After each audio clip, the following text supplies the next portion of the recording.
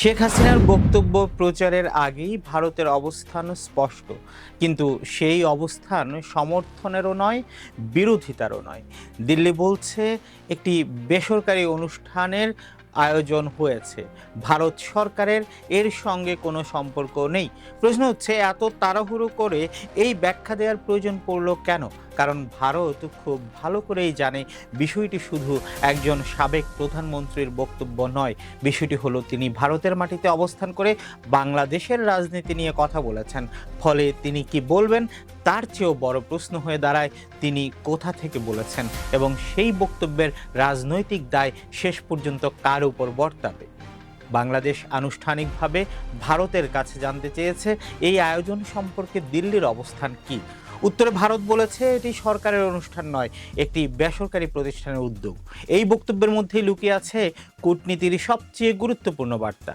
দিল্লি অনুষ্ঠান বন্ধ করছে না, আবার এটিকে রাষ্ট্রের সমর্থনও দিচ্ছে না। অর্থাৎ ভারত মাঝামাঝি অবস্থান বেছে নিয়েছে। এখানেই শুরু হয় আসল বিশ্লেষণ।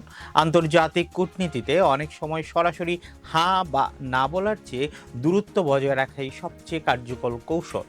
ভারত সম্ভবত সেই পথেই হাঁটছে, কারণ একদিকে শেখ হাসিনা দীর্ঘদিন ধরে ভারতে অবস্থান করছেন, অন্যদিকে বাংলাদেশের বর্তমান সরকারের সঙ্গেও দিল্লি সম্পর্ক স্বাভাবিক রাখতে চায়। ফলে যে কোনো এক পক্ষকে প্রকাশ্যে সমর্থন করলে অন্য পক্ষের সঙ্গে সম্পর্ক ক্ষতিগ্রস্ত হওয়ার ঝুঁকি তৈরি হবে।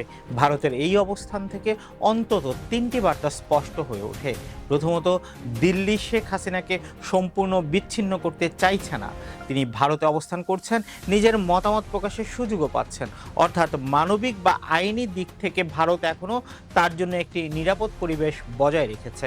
দ্বিতীয়ত, ভারত একই সঙ্গে বাংলাদেশকেও আশ্বস্ত করতে চাইছে যে শেখ হাসিনার বক্তব্যকে ভারত সরকারের আনুষ্ঠানিক অবস্থান হিসেবে দেখা উচিত হবে না। অর্থাৎ দিল্লি চাইছে না এই অনুষ্ঠান দুই দেশের কূটনৈতিক সম্পর্কে নতুন সংকট তৈরি করুক। তৃতীয়ত, এটি ভারতের বহুল ব্যবহৃত স্ট্র্যাটেজিক অ্যাম্বিগুইটি বা কৌশলগত অস্পষ্টতার একটা উদাহরণ। দক্ষিণ এশিয়ার রাজনীতিতে ভারত প্রায়ই এমন অবস্থান নেয় যেখানে ভবিষ্যতের জন্য সব ধরনের কূটনৈতিক বিকল্প খোলা রাখা যায়। তবে প্রশ্ন হচ্ছে, বাংলাদেশ কি এই ব্যাখ্যায় পুরোপুরি সন্তুষ্ট হবে? সম্ভবত নয়, কারণ বাস্তবতা হলো শেখ হাসিনা ভারতের ভূখণ্ডে অবস্থান করছেন। তাই অনুষ্ঠানটি বেসরকারি হলেও রাজনৈতিকভাবে এর প্রতিক্রিয়া ভারতের দিকেই যাবে। আন্তর্জাতিক সম্পর্কের ক্ষেত্রে অনেক সময় আইনি বাস্তবতার চেয়ে রাজনৈতিক বাস্তবতা বেশি গুরুত্বপূর্ণ হয়ে ওঠে। এদিকে বাংলাদেশ ও ভারতের সম্পর্ক এখন একটি সংবেদনশীল পর্যায়ে রয়েছে। নতুন রাজনৈতিক বাস্তবতায় উভয় দেশই সম্পর্ক স্বাভাবিক করার চেষ্টা করছে। বাণিজ্য, সীমান্ত নিরাপত্তা, পানি বন্টন, জ্বালানি সহযোগিতা এবং আঞ্চলিক সংযোগ, এসব বিষয় দুই দেশের জন্য অত্যন্ত গুরুত্বপূর্ণ।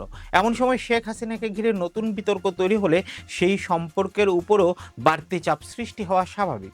ভারতের দৃষ্টিকোণ থেকেও বিষয়টি সহজ নয়। শেখ হাসিনাকে প্রকাশ্যে সমর্থন দিলে বাংলাদেশের বর্তমান সরকারের সঙ্গে দূরত্ব বাড়তে পারে, আবার সম্পূর্ণ নিষেধাজ্ঞা দিলে দীর্ঘদিনের রাজনৈতিক সম্পর্কের উপর প্রভাব পড়তে পারে। তাই দিল্লি এমন একটি পথ বেছে নিয়েছে যেখানে কাউকেই সরাসরি অস্বস্তিতে ফেলতে হচ্ছে না। অন্যদিকে শেখ হাসিনার জন্য এটি একটি গুরুত্বপূর্ণ মুহূর্ত। এই বক্তব্য তার রাজনৈতিক উপস্থিতি স্মরণ করিয়ে দিতে পারে, কিন্তু শুধু একটি বক্তৃতা কোনো রাজনৈতিক দলের পুনরুত্থান নিশ্চিত করতে পারে না। রাজনৈতিক প্রত্যাবর্তনের জন্য সংগঠন, জনসমর্থন, বিশ্বাসযোগ্যতা এবং দেশের অভ্যন্তরে সক্রিয় রাজনৈতিক কর্মকাণ্ড সবকিছুরই প্রয়োজন। বাংলাদেশ সরকারের জন্য এখানে একটি কৌশলগত চ্যালেঞ্জ রয়েছে। যদি প্রতিটি বক্তব্যকে অতিরিক্ত গুরুত্ব দেওয়া হয়, তাহলে ক্ষমতার বাইরে থাকা একজন নেত্রী আবারও রাজনৈতিক আলোচনার কেন্দ্রে চলে আসতে পারে। তাই কূটনৈতিক আপত্তির পাশাপাশি দেশের অভ্যন্তরে রাজনৈতিকভাবে পরিস্থিতি মোকাবেলা করাও সমান গুরুত্বপূর্ণ।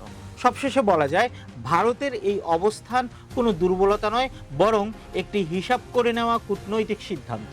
দিল্লি শেখ হাসিনাকে থামায়নি, আবার রাষ্ট্র হিসেবে তার পাশে দাঁড়ায়ও। কারণ ভারতের মূল লক্ষ্য একজন ব্যক্তিকে সমর্থন করা নয়, বরং বাংলাদেশের সঙ্গে দীর্ঘমেয়াদী সম্পর্ক অক্ষুণ্ণ রাখা এবং নিজের আঞ্চলিক স্বার্থ রক্ষা করা।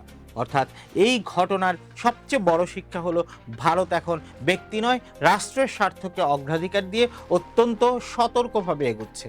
আর বাংলাদেশ ভারত সম্পর্কের ভবিষ্যৎ নির্ধারণ করবে কোনো একদিনের বক্তব্য নয়, বরং দুই দেশের পারস্পরিক আস্থা, কূটনৈতিক সংলাপ এবং বাস্তব সহযোগিতা কতটা এগোয় সেটি।